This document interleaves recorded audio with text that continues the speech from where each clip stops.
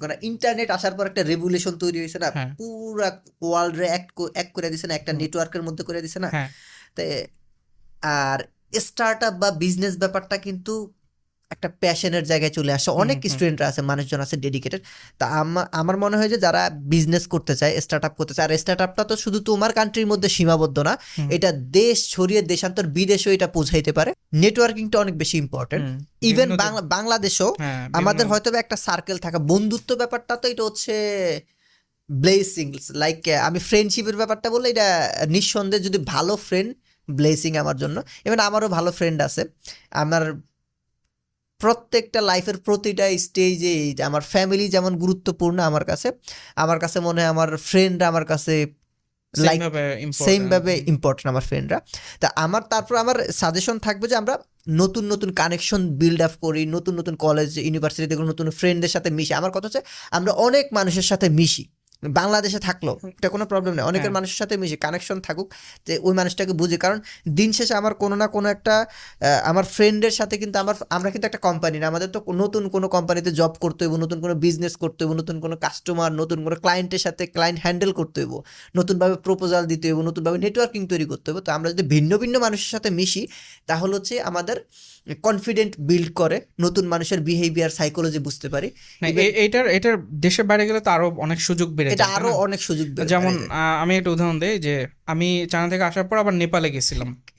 তা আমার ওখানে কিন্তু নেপালি ফ্রেন্ড হয়েছিল, চায়নাতে আমার ইউনিভার্সিটিতে নেপালি ফ্রেন্ড হয়েছে। তো আমি নেপালে যাওয়ার আগে ওদেরকে সবাইকে জানাই যে আমি নেপালে যাচ্ছি, তোদের সাজেশন শুনতে। তো আমার যত যা দরকার ওরা কিন্তু আমাকে সাজেশন, ইন্টারন্যাশনাল নেটওয়ার্ক, হ্যাঁ ইন্টারন্যাশনাল নেটওয়ার্ক। তো আমার ফ্রেন্ড ওখানে আমার সাথে যথেষ্ট সময় মানে ওরা আমাকে যথেষ্ট ইনফরমেশন দিচ্ছে কিভাবে কি করা যায়, এবং যার কারণে টোটাল ট্যুরটা আমার খুব ভালো ছিল। এখন প্রবলেম হলো ওরা কেউ ওখানে ছিল না, নেপালে তৎকালীনভাবে ছিল না, যার কারণে ওদের সাথে দেখা হয় নাই। বাট আমার যে ইনফরমেশনগুলো আমি পাইছি সেটা তো আমি অন্য লোকাল ইনফরমেশন পাওয়াটা তো আমি অন্য কারো থেকে পেতাম না।